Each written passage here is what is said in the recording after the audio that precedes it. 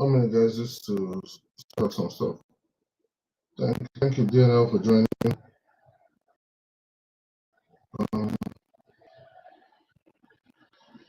Yes. Welcome, everyone. Welcome. If you can hear me, you can see me, guys. Let us know. If you can hear me or you can see me, let us know, please. You can type in the chat and say I can see you or I can hear you. Just try to be sure that we're live across different on Facebook, TikTok, and on Instagram. Okay. So we're live now. You can join. Yeah, join and let me know. Thank you. Welcome.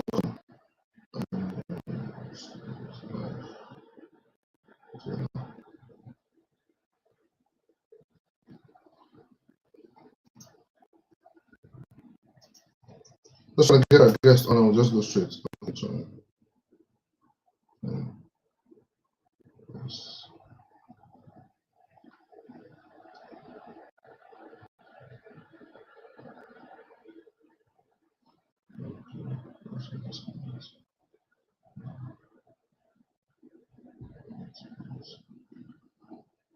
I'm trying to get our guest on the live and we will go live straight.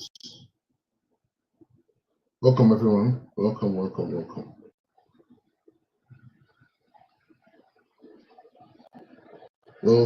I trust you guys had a good day. Thank you for joining. Thank you, Bakaji 001 for joining. Thank you, Richie, for joining. Thank you, DNL for joining. For those watching on Facebook, those watching on YouTube, thank you for joining. Thank you, everyone, for joining. Thank you, Civic, Bro George, thank you for joining.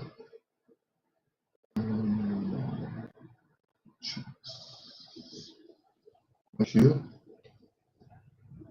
Those are joined on YouTube as well as on yeah, thank you, Flema. I added you. You can see if there's a try to see how you can join. I added you already. So, let me see if I can accept requests.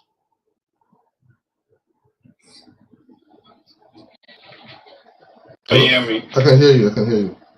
Thank you very much. Yeah. Yes. Thank you, everyone. Sorry for some issues or some reasons that perhaps we have a conversation on that day that I can't really say now because I'm embarrassed about it. We are going to, we're 1 hour behind the scheduled time. However, I still believe that we're going to make most of today. So Good evening, everyone. Welcome to today's live stream with Onyankolu, what we call Onyankolu Speaks. We are diving into a hot topic, and which is, should I invest in Abuja real estate? So with me is my guest. His name is Ikechukwu Oma Mba, a seasoned real estate expert who has helped investors make billions, millions in Nigerian capital city. So without further ado, I'm going to let him speak for himself and tell us more about himself. So thank you, Ikechukwu, for joining. Please, can you let us know about yourself and your background and what you do? Just for the record, for those that would love to hear about you. Go ahead, guys. Okay. Good evening, everybody. My name is Ikechukwu Mba. I'm an estate surveyor and valuer practicing in Abuja. I've been in practice for over 15 years. I do everything properties: valuation, management, sales, development, and all that involves property in Abuja, Nigeria, mostly. Yeah. I'm a family. I'm a husband, a father, a brother, an uncle, also a friend, and a good partner to the host. Okay. Thank you for that. Thank you for that. If I may ask, thank you for those feedback. How long have you practiced your profession? And if possible, it would be nice to hear some moments or diverse projects that you have been involved in. I know you said something about working for you guys help to do acquisitions for.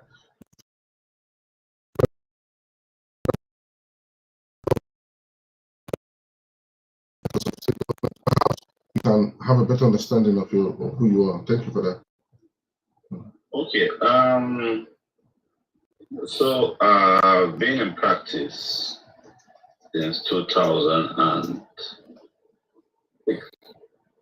So I'll say approximately 19. Okay. 19. That's good to know. Thank you. Yes, and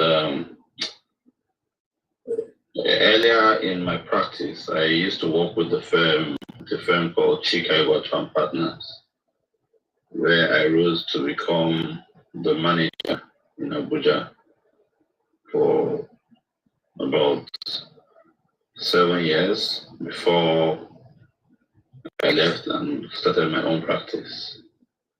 Okay. So my early practice was mostly valuation and acquisitions.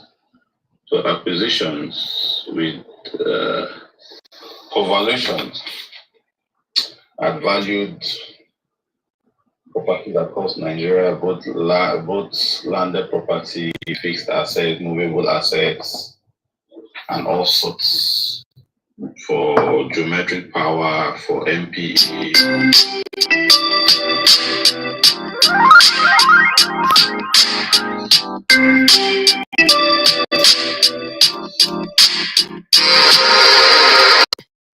Site acquisition. So usually, once government wants to undertake like a road construction or a huge development, government doesn't own the land, so most times they go and acquire the land from the occupants of the land and pay them compensation, and in some cases compensation and relocation. So when government wants to acquire, they engage people like myself, surveyors and valuers, to assess the portion of land that needs to be acquired for you assess them for compensation, basically, and also pay them compensation. It's a process, basically. Okay. At the end of the day, we just acquire the land, government pays the indigents and takes over the land. Okay, we can see your camera. Is your camera? You can see me. I can't see you now. How do you want my face to show? Yes, please. Yeah.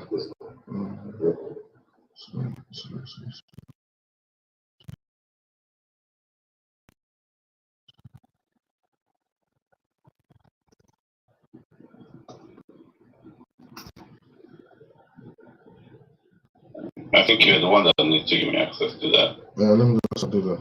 Sorry, guys. Camera. Don't turn on the camera because screen. It doesn't have access to join with video. See, you don't have access to join with video. I don't know why that is. I think it was restricted. See if you can make it.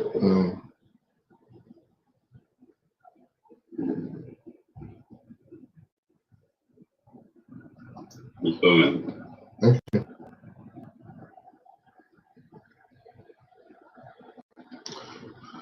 Yes, welcome, guys. As many as joined. Thank you, Richie, for joining. Thank you, Garibu. Thank you, Allah, Argan, Pablo, Lulu, Nadia. Thank you, Ricardo, for joining. Thank you, KTK, for joining. Thank you, Caleb Zu, for joining. Thank you, Sam Young, Kate, and benefit of joining. Sorry, we're just trying to sort out some technical issues. So far, the guest, basically what we're discussing about today is Abuja, try invest in Abuja real estate.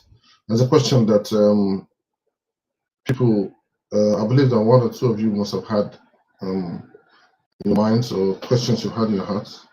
Yeah. Okay. Are you back on?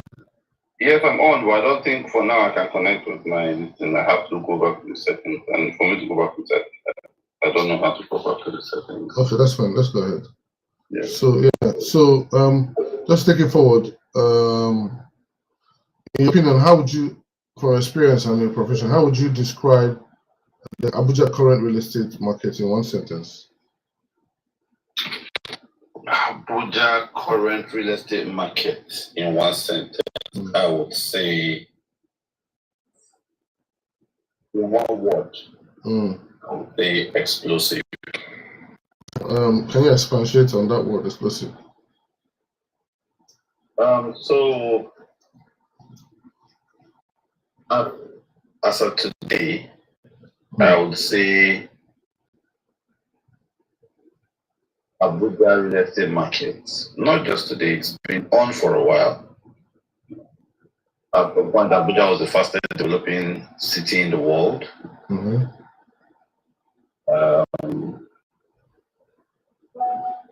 development in Abuja is quite rapid. The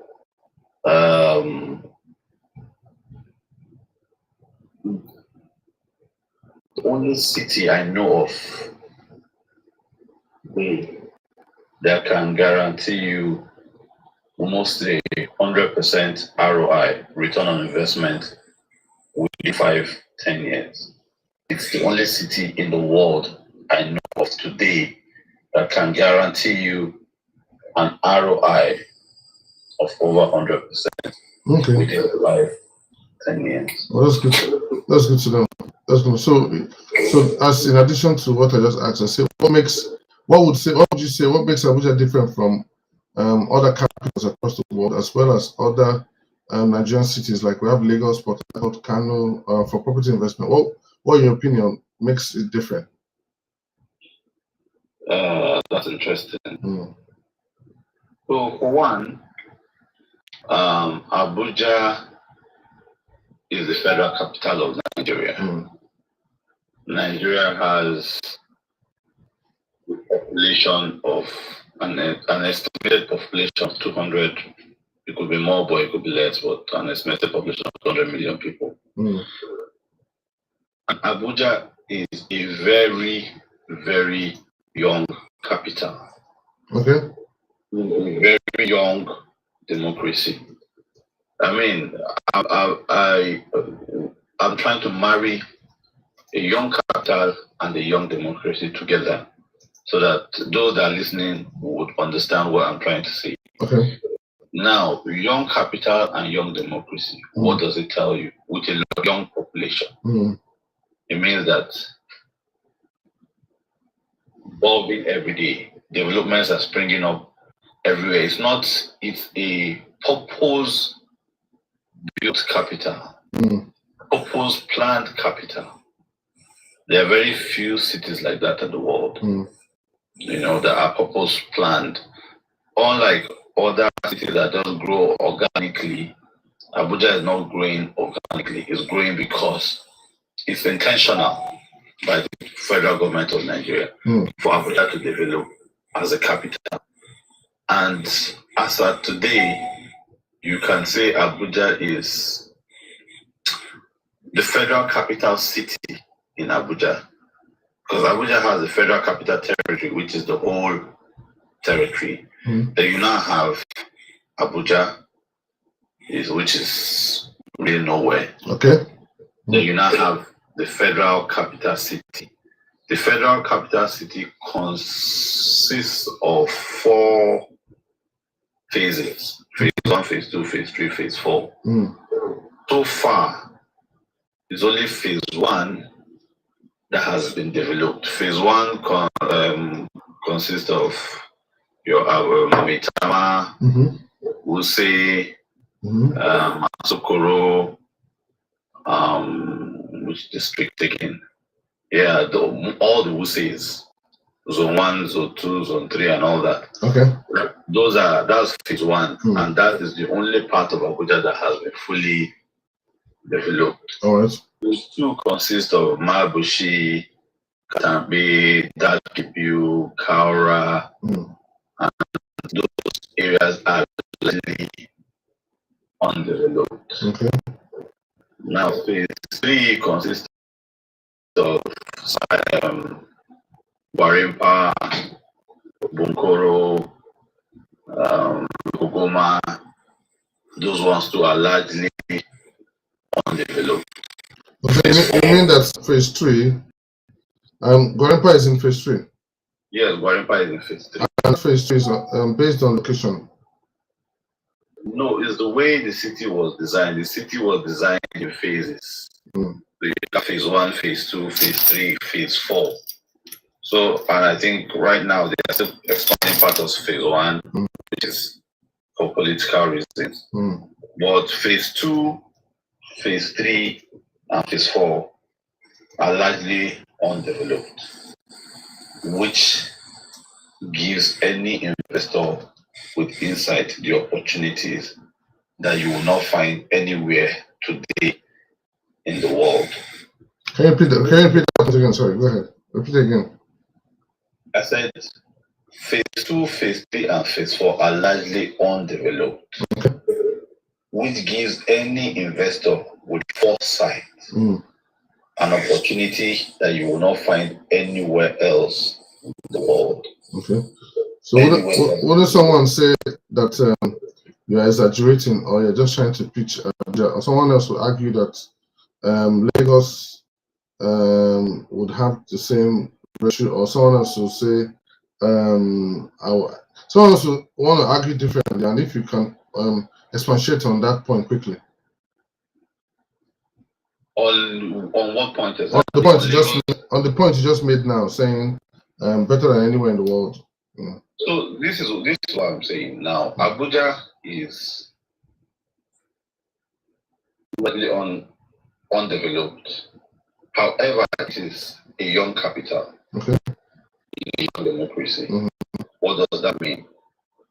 Every 4 years you have an influx of people, because Nigeria has elections every 4 years.